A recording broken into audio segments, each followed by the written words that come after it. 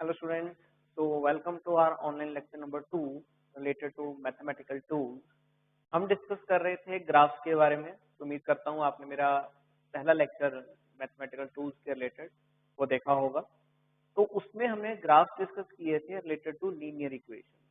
तो उसी को ही कंटिन्यू करते हुए आज हम ग्राफ्स का सेकंड लेक्चर कंप्लीट करने जा रहे हैं और इसके साथ हमारा ग्राफ पहला कंसेप्ट टूल्स का वो कंप्लीट हो जाएगा और क्वाड्रेटिक इक्वेशंस के ग्राफ आज हमने डिस्कस करने हैं। तो सबसे पहले शुरुआत करते हैं कुछ लीनियर इक्वेशंस के ग्राफिकल रिप्रेजेंटेशंस के साथ, ताकि आपका पिछला लेक्चर जो है वो रिवाइज हो जाए और आगे बढ़ेंगे आज के लेक्चर में। तो मैंने आपको लास्ट लेक्चर में एक क्वेश्चन पूछा था, तो सबसे पहले तो मैं वही क्वेश्चन दोबारा रिपीट करने जा रहा हूँ और उसका जो सोल्यूशन है वो आपके साथ शेयर करने जा रहा हूँ। तो क्वेश्चन क्या था? क्वेश्चन ये था कि draw VT graph based upon equation velocity is equal to distance, velocity equal to, यहाँ भी लिख सकते हो, based upon equation acceleration equal to velocity over time. Also mention its slope, और इसकी आपको क्या मेंशन करनी है? एक स्लोप मेंशन करनी है।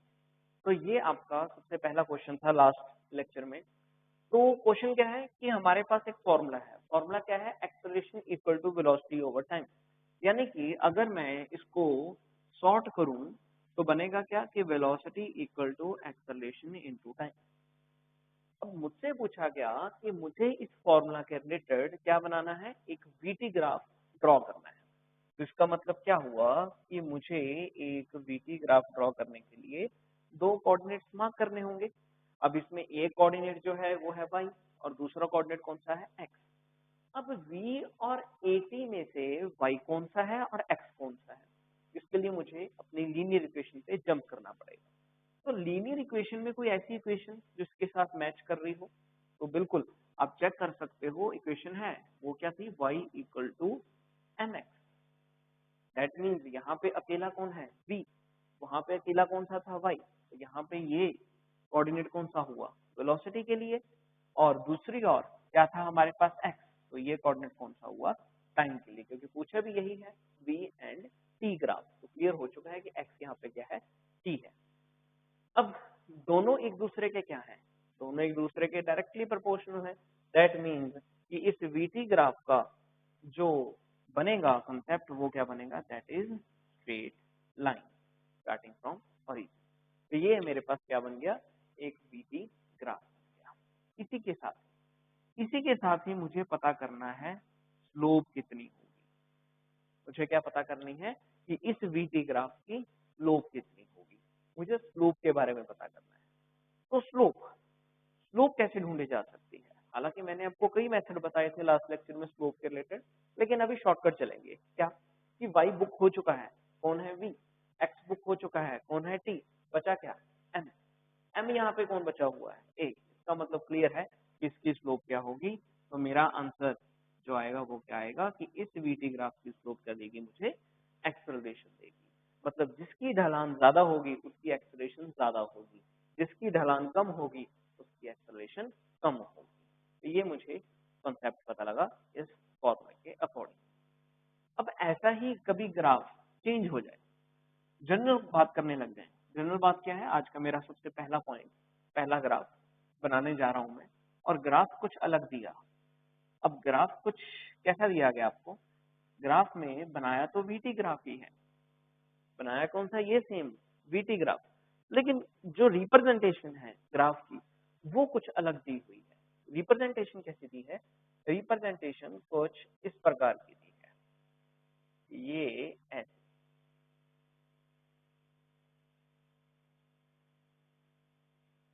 Like this. ये हमें गिवन है एक वीटी ग्राफ, ठीक है। तो ये हमारे पास वीटी ग्राफ ही गिवन है। बोला गया ये ओरिजिन से यहाँ तक का जो टाइम है वो t1 है। ओरिजिन से ये ए पॉइंट था, ए से बी तक जो टाइम जाएगा वो t2 जाएगा, और बी से ये सी पॉइंट है, यहाँ तक का जो टाइम है वो टी। ये क्लियर हो गया कि यहाँ तक T1 टाइम, ये पॉइंट T1 तक, ये पॉइंट T2 और ये point T3। This is T1, this is T2 and this one is T3। अब हमसे पूछा गया कि बताइए O से A तक ये ग्राफ क्या रिप्रेजेंट कर रहा है, A से B तक ये ग्राफ क्या रिप्रेजेंट कर रहा है, और B से C तक ये ग्राफ क्या रिप्रेजेंट कर रहा है। क्वेश्चन क्या पूछा गया? क्वेश्चन पूछा गया कि what will be the representation from point OA, AB and BC। अगर कोई बॉडी का ये ग्राफ होता तो वो बॉडी के अकॉर्डिंगली O से B तक क्या रिप्रेजेंट करवाते, A से B तक क्या रिप्रेजेंट करवाते और B से C तक क्या रिप्रेजेंट करवाते। चलिए हम क्या करते हैं, अपने रेफरेंस के अकॉर्डिंगली इनको ज्वाइन कर देते हैं कि ये समा था मेरे पास T1, ये समा था T2 और ये समा था मेरे पास T3। यानी कि बॉडी पहले ओरिजिन से A तक गई है, फिर A से B तक समा कवर किया, फिर B से C तक।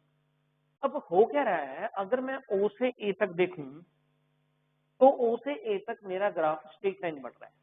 कहने का मतलब जैसे यहाँ पे था, यहाँ पे स्ट्रेट लाइन का मतलब क्या हुआ कि जितना समय बढ़ रहा है उतनी पर्सन की वेलोसिटी भी इंक्रीज हो रही है। और जितना समय बढ़ रहा है, अगर उतना ही वेलोसिटी किसी बॉडी का बढ़ने लग जाए, दैट मीन्स हम उसको क्या बोलते हैं, उसका मतलब बॉडी एक्सेलरेट कर रही है। अगर किसी बॉडी का वेलोसिटी बढ़ रहा है समय के अकॉर्डिंगली, दैट मीन्स कि वो बॉडी क्या कर रही है, एक्सेलरेट कर रही है। इसका मतलब क्या हुआ, O से लेकर A तक समय क्या था, T1। तो T1 समय के लिए बॉडी ने क्या किया, T1 समय के लिए बॉडी ने एक्सेलरेट किया। इसका मतलब O से A तक क्या रिप्रेजेंट कर रहा है कि बॉडी की एक्सेलरेशन है। मैं लिख भी सकता हूँ कि बॉडी के पास कौन सी एक्सेलरेशन है, पॉजिटिव एक्सेलरेशन। बॉडी लगातार एक्सेलरेट हो रही है, तो बॉडी गेट एक्सेलरेट। दूसरी ओर फिर हम आते हैं अपने नेक्स्ट पॉइंट की तरफ, A से लेकर B तक, जितना उसने समा कवर किया T2। तो A से लेकर B तक क्या हो रहा है, A से B तक हम देख रहे हैं कि समा बढ़ रहा है लेकिन वेलोसिटी एक ही पॉइंट पे खड़ी है। आप देख सकते हो, मैंने बताया आपको कि मान लीजिए यहाँ पे होता है 10 किलोमीटर पर आवर, तो हो क्या रहा है, बॉडी का वेलोसिटी तो 10 10 10 10 चल रहा है, लेकिन समय इंक्रीज हो रहा है। समय यहाँ पे क्या हो रहा है, इंक्रीज हो रहा है। बॉडी का समय जो है वो इंक्रीज हो रहा है, लेकिन वेलोसिटी वहाँ पे क्या है, सेम है। तो अगर बॉडी का वेलोसिटी सेम हो और समय बढ़े, दैट मीन्स हम अक्सर यही बोलते हैं कि अगर किसी बॉडी की वेलोसिटी कांस्टेंट हो तो बॉडी की एक्सेलरेशन क्या होगी, जीरो होगी। बॉडी की एक्सेलरेशन क्या है, इस पॉइंट के ऊपर जीरो है। और वैसे भी आप देख सकते हो, मैंने आपको बताया है ढलान क्या है, वीटी ग्राफ का क्या होता है, स्लोप एक्सेलरेशन देता है। तो अगर ढलान हो अच्छी तो रिया है एक्सेलरेशन भी अच्छी होगी। अगर यहाँ पे देखें तो ढलान ही नहीं है कोई भी, इसका मतलब इसका स्लोप क्या है, जीरो। ढलान जीरो है, दैट मीन्स एक्सेलरेशन भी जीरो है। तो चाहे स्लोप देख के बता सकते हो, चाहे कंसेप्ट समझ के बोल सकते हो कि वेलोसिटी अगर कांस्टेंट हो तो उसका एक्सेलरेशन हमेशा जीरो होता है। इसी तरह से अब आ जाते हैं हम नेक्स्ट की तरफ। हमारा पॉइंट कौन सा हुआ, हमारा पॉइंट हुआ BC। तो BC पॉइंट पे क्या हो रहा है, मतलब कितना समय कवर कर रहा है, T। तो BC पे ढलान नेगेटिव की तरफ जा रही है, नीचे की तरफ जा रही है। तो नीचे की तरफ ढलान होने का मतलब क्या हुआ कि यहाँ पे जो एक्सेलरेशन है वो क्या है, नेगेटिव है। मतलब मैंने आपको लीनियर इक्वेशंस के ग्राफ में भी पहले ये बताया था कि ऐसा ग्राफ हमें क्या प्रोवाइड करता है, ऐसा ग्राफ हमें रिटार्डेशन प्रोवाइड करवाता है। तो क्लियर हो चुका है कि यहाँ पे क्या हो रहा है, O से लेकर A तक पॉजिटिव एक्सेलरेशन, A से लेकर B तक जीरो एक्सेलरेशन, और B से लेकर C तक एक्सेलरेशन क्या रहेगी, एक्सेलरेशन हमेशा नेगेटिव रहेगी। तो इस बात का ध्यान रखना है। ऐसे ग्राफ हमें कुछ इस तरह से रिप्रेजेंटेशन दे सकते हैं कि बताइए इन सभी पॉइंट्स के ऊपर क्या क्या रिप्रेजेंटेशन बन सकती है। तो स्लोप को देखकर, ये जनरली आपके कॉन्सेप्ट्स को देखकर आप इनके जवाब दे सकते हैं। चलिए जी बढ़ते हैं अपने नेक्स्ट कंसेप्ट की तरफ। आज का अगला ग्राफ, जो नेक्स्ट हमारे पास ग्राफ बन रहे हैं वो बन रहे हैं अब क्वाड्रेटिक इक्वेशंस के रिलेटेड। तो ये तो कुछ थी एग्जांपल्स आपके साथ डिस्कस करने वाली, that is about linear equation. तो अब नेक्स्ट हम ग्राफ की तरफ बढ़ते हैं कि अगर क्वाड्रेटिक इक्वेशंस हों तो उनके ग्राफ कैसे बनेंगे। So we are going to start about the graph related to quadratic equation. Quadratic equation.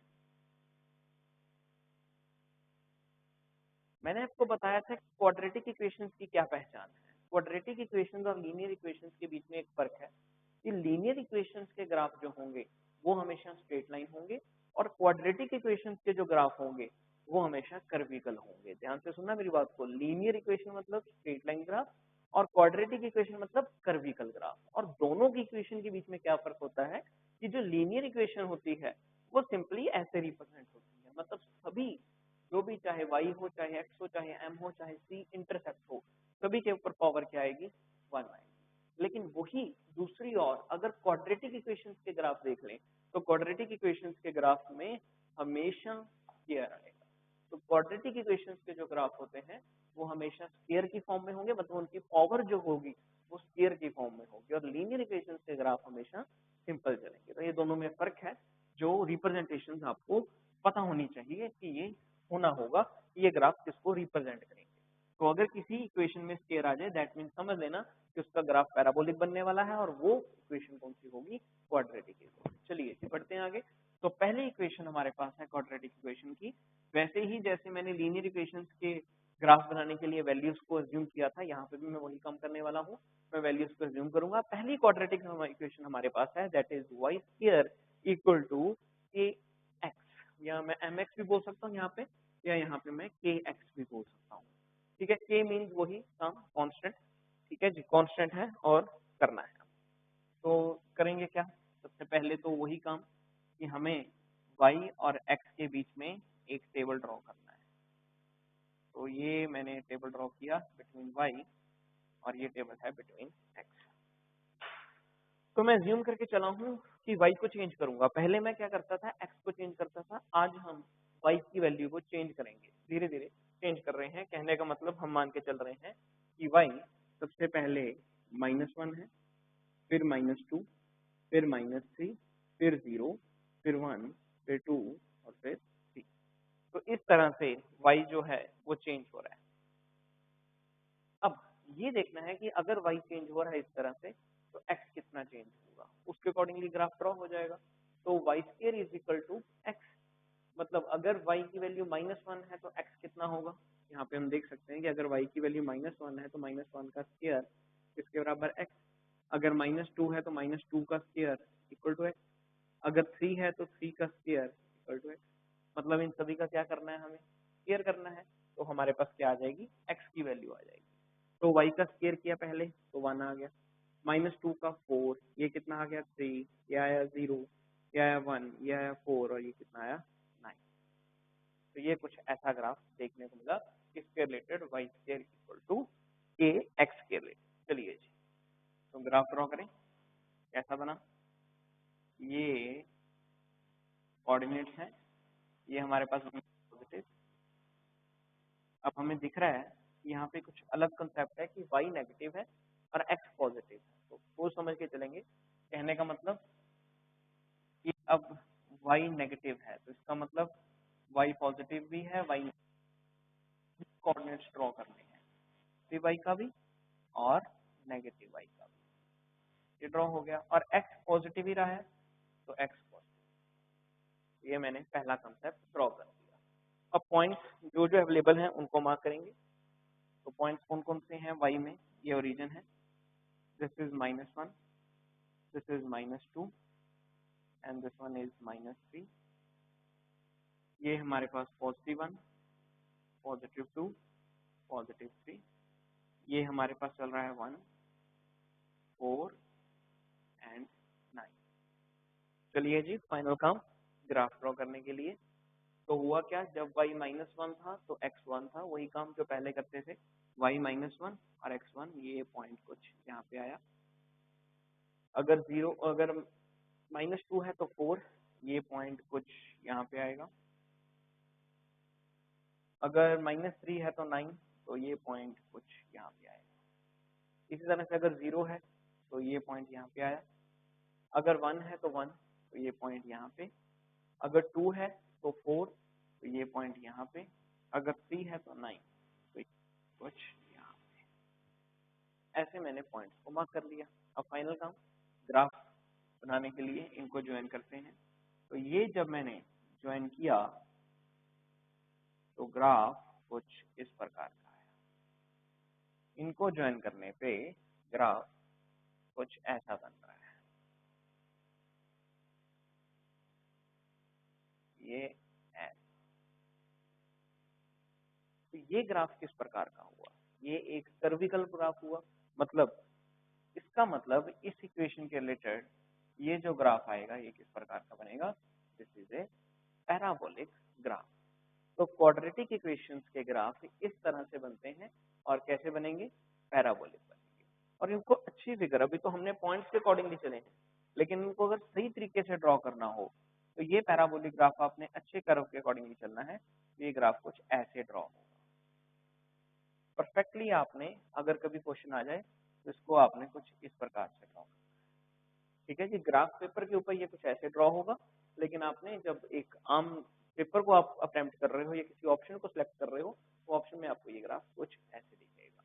तो इस बात का ध्यान रखना है कि ऐसी इक्वेशन का ग्राफ हमेशा पैराबोलिक कर्विकल होगा। चलिए जी, सो इसी तरह से इसका पूरा नाम क्या है? This is called parabolic. ये क्या है? Symmetric parabolic. अगर इसी प्रकार से इक्वेशन चेंज हो जाए, इक्वेशन क्या चेंज हो जाए? इक्वेशन चेंज हो जाए कि y² इक्वल टू -kx। अगर इक्वेशन में क्या आ जाए, ये तो पॉजिटिव था, वहां पे क्या आ जाए? नेगेटिव आ जाए, तो क्या होगा? तो कुछ बड़ी चेंज नहीं है। आप पॉइंट्स पुट करके देखिएगा।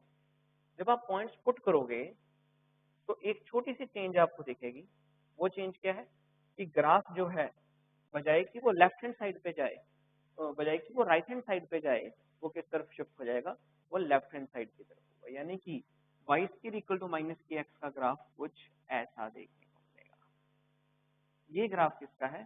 This is the graph for y² equal to -kx।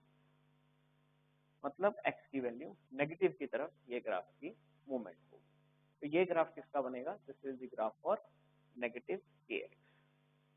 इसी तरह से अगर इक्वेशन में एक चेंज हल्की सी और हो,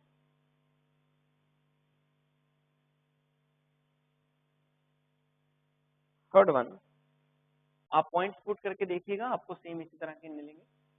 तीसरा अगर आ जाए x² is equal to ky। अब क्या हुआ? अब फर्क क्या बना? अब जहां पे y पॉजिटिव था, x नेगेटिव था, अब क्या हो रहा है? x पॉजिटिव है, y भी पॉजिटिव है, लेकिन स्केयर अब किसके ऊपर है? x के ऊपर है। तो ऐसे केस में जो ग्राफ बनेगा वो देखिएगा, वो ग्राफ की पोजीशन चेंज होगी। वो ग्राफ जब आप यहाँ पे पॉइंट्स पुट करोगे, that is for positive x axis, that is for negative x-axis, that is for negative y, that is for positive y। तो ग्राफ आपको कुछ ऐसा, ये ग्राफ बनेगा किसके लिए? अगर x² किसके बराबर हो?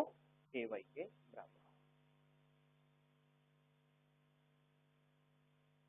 तो इसमें वैल्यूज पुट करके देखिएगा, आपको सेम इस तरह से रिप्रेजेंट बनेगी।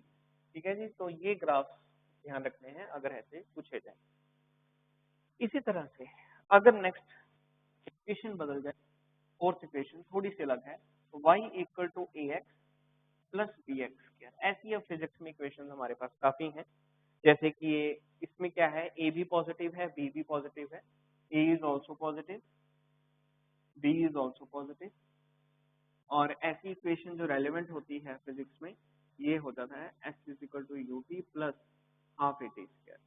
जो हमारा नेक्स्ट चैप्टर है काइनेमेटिक्स, वहाँ पे हम ये डिस्कस करेंगे ये इक्वेशन को, तो तब ऐसा ग्राफ काम आता है काफी। तो ये ग्राफ इसके लिए है, s is equal to ut plus half at² के लिए ऐसी इक्वेशन इनके रेलेवेंट होती है। तो ऐसी इक्वेशंस का जो ग्राफ होगा वो किस प्रकार वो किस तरह का होगा, वो कुछ जो आपने ड्रॉ करना है, अगर वैल्यूज पुट की जाए तो वो ऐसा। ये ग्राफ कैसा है, इस तरह के ग्राफ को हम बोलते हैं asymmetric, asymmetric parabola. This is for positive y, this is for positive x। तो s is equal to ut plus half a t square का ग्राफ कैसा बनेगा, असिमेट्रिक पैराबोला। सिमिलरली ऐसी एक और एलिमेंट इक्वेशन है, फिफ्थ इक्वेशन। फिफ्थ इक्वेशन हमारे लिए है, अगर y equal to ax minus b x square, मतलब क्या आ गया, अब a पॉजिटिव है, b नेगेटिव है। तो ऐसे केस में क्या होगा, ऐसे केस में ग्राफ किस प्रकार का बनेगा जब आप वैल्यूज को पुट करोगे। तो पहली बात तो इक्वेशन फिजिक्स में इसकी किस प्रकार की होगी, ut minus half a t square. अगर ut minus half a t square हो तब ऐसा ग्राफ बनता है। और ग्राफ की पहचान क्या है, ऐसे केस में अगर एक पॉजिटिव दूसरा नेगेटिव, तो y और x के बीच में जब आप ग्राफ ड्रॉ करोगे that will be like this. Origin से ये कुछ इस प्रकार का बनेगा। वैल्यूज पुट करेंगे तो ऐसा आंसर हमारे सामने आएगा। ग्राफ्स के पॉइंट मार्क करेंगे तो इस तरह से पॉइंट्स आपके सामने आएंगे। तो इक्वेशंस को रेलेवेंट करके चलना है। अगर ऐसी इक्वेशन आ जाए तो जिसमें एक x के ऊपर 1 हो, एक x के ऊपर स्क्वायर हो, 2 हो, तो इस प्रकार की इक्वेशन बन जाती है। यानी कि इसमें क्या है, t मतलब x है, u मतलब a है, a मतलब क्या है, b है। तो ऐसी इक्वेशंस का ग्राफ है कुछ इस प्रकार का। क्लियर है जी। इसी तरह से सिक्स्थ नंबर ग्राफ बहुत इंपॉर्टेंट, बहुत ही ज्यादा important. Sixth number xy equal to c। अब इसको क्या बोलते हैं हम, xy इक्वल टू c, यानी कि x और y के बीच में ग्राफ बनाना है और इक्वेशन कुछ इस प्रकार की है, xy इक्वल टू c। अब ऐसे केस में क्या होता है, जब आप ग्राफ बनाने जाते हो, ये बन गया x के लिए, ये बन गया y के लिए। अब इसको अगर सॉर्ट किया जाए तो इसको सॉर्ट करके क्या बनता है कि x equal to c by Y.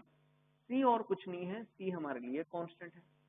तो बोला क्या जाएगा कि x इनवर्सली प्रोपोर्शनल है किसके, y के। क्या है, ऐसे अगर मैंने एक डायरेक्टली प्रोपोर्शनल बोला था आपको, मैंने आपको बताया था कि अगर x और y एक दूसरे के सामने हो तो बोलते हैं डायरेक्टली प्रोपोर्शनल। अगर x और y एक दूसरे के ऑपोजिट हो, रेसिप्रोकल में हो, ये न्यूमरेटर में ये डिनोमिनेटर में, तो ऐसे हम केस में क्या बोलते हैं कि ये दोनों क्या हैं, ये दोनों इनवर्सली प्रोपोर्शनल है। तो ये ग्राफ किसके लिए बन जाता है, inversely proportional. This is the most important point, बहुत इंपॉर्टेंट। हर जगह पे ये ग्राफ काफी काम आता है, बहुत जगह पे आपको ये ग्राफ देखने को मिलेगा क्वेश्चंस की फॉर्म में। तो अगर x और y कोई भी हो और एक दूसरे के इनवर्सली प्रोपोर्शनल हो, इनवर्सली प्रोपोर्शनल का मतलब एक बढ़ेगा दूसरा घटेगा, एक के बढ़ने पे दूसरा डिक्रीज हो रहा है, तो ग्राफ कैसा आएगा कि एक बढ़ रहा है, दूसरा जो है वो डिक्रीज हो रहा है। तो ऐसे केस में जो ग्राफ बनेगा दैट इज कर्विकल। ये ऐसा, ये ग्राफ कौन सा हुआ, this is the curvical, curved graph, curved graph. Clear है जी। अगर एक दूसरे के क्या हो, इनवर्सली प्रोपोर्शनल। अब इसी के ही रिलेटेड एग्जांपल, जैसे मान लीजिए किसी फोर्स के बारे में बात हो रही है और बोला जा रहा है कि एक जगह पे force inversely proportional to r है, एक जगह पे force inversely proportional to r square है। क्या हो रहा है कि फोर्स के बढ़ने पे, डिस्टेंस के बढ़ने पे फोर्स तो डिक्रीज हो रही है, लेकिन यहाँ पे डिस्टेंस पे बढ़ने से उतनी ही फोर्स डिक्रीज हो रही है जितना डिस्टेंस बढ़ रहा है। यहाँ पे क्या हो रहा है, अगर 2 गुना डिस्टेंस बढ़े तो फोर्स 1% कम होती है। मतलब यहाँ पे 2 गुना डिस्टेंस बढ़ने पे फोर्स 1% कम होती है, यहाँ पे 1% फोर्स बढ़ने पे, डिस्टेंस बढ़ने पे फोर्स भी 1% ही कम हो रही है। यहाँ पे 2% पे 1% है, यहाँ पे 1% पे उतना ही। क्लियर। तो ऐसे केस में किस प्रकार का आएगा, तो ऐसे केस में अगर फोर्स के बीच में और डिस्टेंस के बीच में ग्राफ हो तो नो डाउट आपको भी बताया था कर्विकल होगा। लेकिन अगर वही फोर्स और डिस्टेंस के बीच में ग्राफ हो लेकिन स्केयर की फॉर्म में हो, मतलब इनवर्स जो चीज बढ़ रही है, ये बढ़ रही है तो स्केयर की फॉर्म में बढ़ रही है, तो ग्राफ में क्या चेंज आएगा ऊपर वाले के मुकाबले, ग्राफ और ज्यादा कर्विकल होगा। ये जो है ग्राफ वो लेस कर्व्ड ग्राफ होगा, और वही अगर क्यूब आ जाए तो मोर कर्व्ड। मतलब ऑप्शंस में ये बहुत डाउट रहता है, जब हम कंपटीशन में होते हैं तो ऑप्शंस में एक पे स्केयर नहीं होता, दूसरे में स्केयर होता है। तो एक बात का ध्यान रखना है कि जहाँ पे स्केयर नहीं है वो लेस कर्व्ड है, जहाँ पे स्केयर है वो मोर कर्व्ड है। तो इस बात का भी आपको क्लैरिटी होनी चाहिए ग्राफ के रिलेटेड। तो ये ग्राफ काफी इंपॉर्टेंट बन जाते हैं इनवर्सली प्रोपोर्शनल वाले, कई जगह पे हमसे पूछे जाते हैं कि किस प्रकार से ये ग्राफ बनेंगे।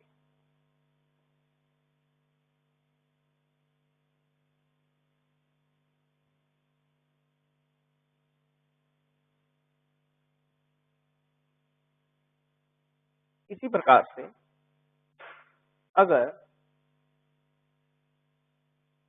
हमारे पास हो x square plus y square equal to c, equation है, या बोला जा सके x square plus y square equal to a square, तो ऐसा ग्राफ, ऐसी इक्वेशन आ जाए x square plus y square equal to a square, तो ऐसा ग्राफ हमेशा फिक्स रहता है अगर इक्वेशन में सभी तरफ से स्क्र ही है, हर जगह पे, मतलब प्लस के साथ भी स्क्वायर आ रहा है, इक्वल टू में भी स्क्वायर आ रहा है, तो दिमाग में रखिए हमेशा ऐसा केस का ग्राफ सर्कुलर बनता है। ऐसे केस में ग्राफ क्या बनेगा, हमेशा सर्कुलर बनेगा। This is positive y, this is positive x, this is negative y and this one is positive. तो ऐसे इक्वेशन का सीधा ही आंसर है, इसमें मुझे ज्यादा टेंशन लेने की जरूरत नहीं होगी या पॉइंट्स पुट करने की जरूरत नहीं है, सीधा आप दिमाग में रखिए जब स्क्वायर होगा तो ग्राफ क्या बनेगा, सर्कुलर बनेगा। आपने महसूस किया होगा कि लीनियर में मैंने हर जगह पे वैल्यू पुट की थी, क्वाड्रेटिक में नहीं पुट कर रहा, क्योंकि क्वाड्रेटिक में बच्चों इक्वेशन बड़ी फिक्स होती हैं, तो वहां पे बस आपको इक्वेशन जो देखी है आपने वैल्यू पुट करके देखिए, सेम आंसर ही बनेगा और इक्वेशन भी बिल्कुल सेम हो फिजिक्स में, ठीक है। तो कोई चेंज नहीं है इस प्रकार का कि हम बोल दें कि बहुत बड़ा चेंज आएगा। लीनियर में इक्वेशंस बहुत वेरी करती हैं, क्वाड्रेटिक में इक्वेशंस बड़ी सिंपल हैं और स्टेटी हैं, वैसे ही सेम मिलेंगी फिजिक्स में जैसे कि हम क्वाड्रेटिक की एक्चुअल इक्वेशन को डिस्कस कर रहे हैं। तो इसी तरह से अगर हमारे पास एक और लास्ट आज का ग्राफ, मेरे पास एक बहुत अलग सी इक्वेशन है, वो इक्वेशन क्या है, y equal to exponential function. मैं बताऊंगा धीरे धीरे कि एक्सपोनेंशियल फंक्शन होता है e, जहाँ पे लगा हो तो हम क्या बोलते हैं e को, e इज कॉल्ड एक्सपोनेंशियल, ये मैथमेटिकल टर्म है, this is called exponential function. जब हम आगे धीरे धीरे टूल्स में बढ़ रहे हैं तो इस एक्सपोनेंशियल फंक्शंस को भी सीखने की कोशिश करेंगे, इनको भी कंप्लीट करेंगे। पर फिलहाल अगर किसी इक्वेशन में आपको e दिख रहा है, जैसे एक इक्वेशन है फिजिक्स में मिलेगी आपको +2 में N naught e raise power minus lambda into t, ये इक्वेशन है रेडियो एक्टिविटी, इसमें एक्सपोनेंशियल फंक्शन है। तो ऐसे इस केस में जो ग्राफ बनेगा वो किस प्रकार का बनेगा, वो भी आपको हमेशा ध्यान रहना चाहिए। ऐसे केस में ग्राफ हमेशा कर्व्ड बनता है लाइक दिस। तो ये ग्राफ किसके बीच में है, बिटवीन y एंड x। तो ये ग्राफ बनेंगे एक्सपोनेंशियल फंक्शंस के रिलेटेड। क्लियर है जी। तो इसके साथ हमारा ग्राफिकल कॉन्सेप्ट हुआ कंप्लीट। मैंने पहले लीनियर के बताए हैं, आज आपके साथ डिस्कस हुए हैं कुछ क्वाड्रेटिक के। ये ग्राफ्स के टूल्स हैं। टूल्स मतलब क्या है कि आपको एक तरह से इक्वेशंस दे दी गई है कि अब इस इक्वेशन का ग्राफ ऐसा बनेगा, आपने माइंड में रखा, कल को जो फॉर्मूला आएगा आप देखोगे कि ओके ये इक्वेशन है, फॉर्मूला इस जैसा ही है, आपने सीधा पुट कर दिया कि इसका ग्राफ सर्कुलर बनेगा। तो स्केयर अगर तीन तरफ आए, माइंड में बैठा हुआ बैकअप स्ट्रॉन्ग है, सीधा लिख दिया ग्राफ क्या बनेगा, सर्कुलर। तो ऐसे ही ये टूल्स हमारे काम आएंगे। इनको यूज कैसे करना है, मैंने किट तैयार कर दिया आपके लिए, लेकिन इनको यूज कैसे करना है, जैसे जैसे आप मेरे साथ आगे बढ़ रहे हो वैसे वैसे हम सीखेंगे कि इनको डिफरेंट डिफरेंट इक्वेशन में हम यूज कैसे करेंगे। 80% मैंने आपको यूज करना सिखाया है, 20% जब जैसे फिजिक्स में आगे बढ़ेंगे इनको यूज करने का तरीका भी सीखेंगे। तो लीजिए जी, इसके साथ हमारा ग्राफिकल कंसेप्ट हुआ कंप्लीट। नेक्स्ट हम मिलते हैं टूल्स फॉर ट्रिग्नोमेट्रिक फंक्शन। तो नेक्स्ट में हम ट्रिग्नोमेट्रिक फंक्शन के बारे में डिस्कस करेंगे कि ट्रिग्नोमेट्री के क्वेश्चन कैसे सॉल्व करने हैं, sine theta, cos theta, tan theta वगैरह हमें वैल्यूज कर दी हो एंगल्स की फॉर्म में, तो उसमें कैसे पुट करके और कैसे आंसर निकाल सकते हैं। तो नेक्स्ट लेक्चर पूरा डेडिकेट होगा ट्रिग्नोमेट्री के अंदर, जरूर देखिएगा और तब तक के लिए ग्राफ को